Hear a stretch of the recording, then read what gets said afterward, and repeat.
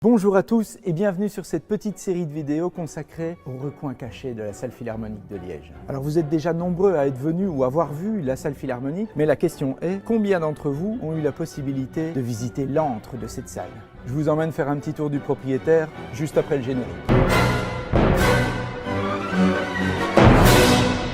Nous sommes en 2022. 2022, c'est l'année du bicentenaire de la naissance de César Franck et pour le fêter, direction le foyer Eugène Ysaÿe. Bonjour à tous et bienvenue sur cette nouvelle vidéo des recoins cachés consacrés au foyer Eugène Ysaÿe. Alors c'est une édition un peu spéciale des recoins cachés pour deux raisons.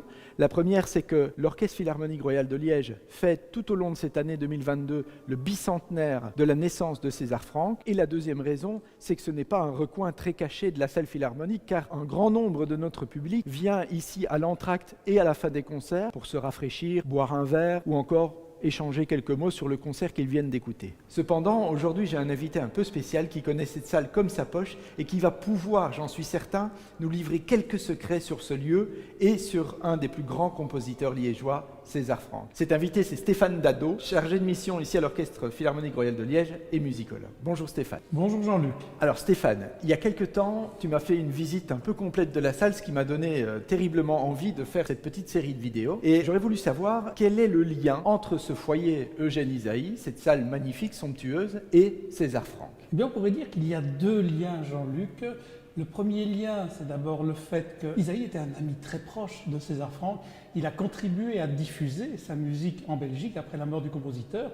Et avant cela, Ysaÿe est le dédicataire d'une des plus belles œuvres de César Franck, à savoir sa sonate pour violon et piano qu'il a reçue comme cadeau de mariage. Alors, l'autre lien de ce foyer à César Franck, c'est ce monument qui a été conçu en 1922 pour le centenaire de la naissance du compositeur. La reine Elisabeth était présente. Pourquoi? Parce qu'il y avait notamment une délégation française qui est venue pour offrir cette statue symboliste de Fix Massot, qui est un des grands artistes lyonnais de l'époque, car il réalisait ce monument à César Franck avec notamment trois figures qui représentent un peu le côté idéaliste de sa musique, mais aussi le médaillon qui est ici bas et qui nous montre César Franck de profil avec ces fameuses, comme on les appelle nous, rouflaquettes.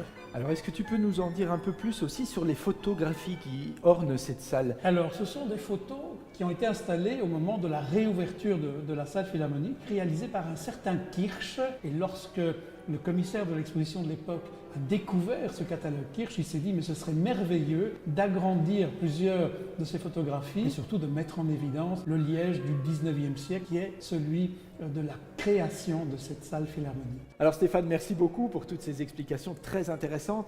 On a beaucoup de chance aujourd'hui parce que justement notre concertmeister Alberto Menchen et Eliane Reyes, pianiste internationale, ont accepté de nous jouer le 4e mouvement de la sonate pour violon et piano de César Franck pour vous accompagner durant votre visite. Bonne visite.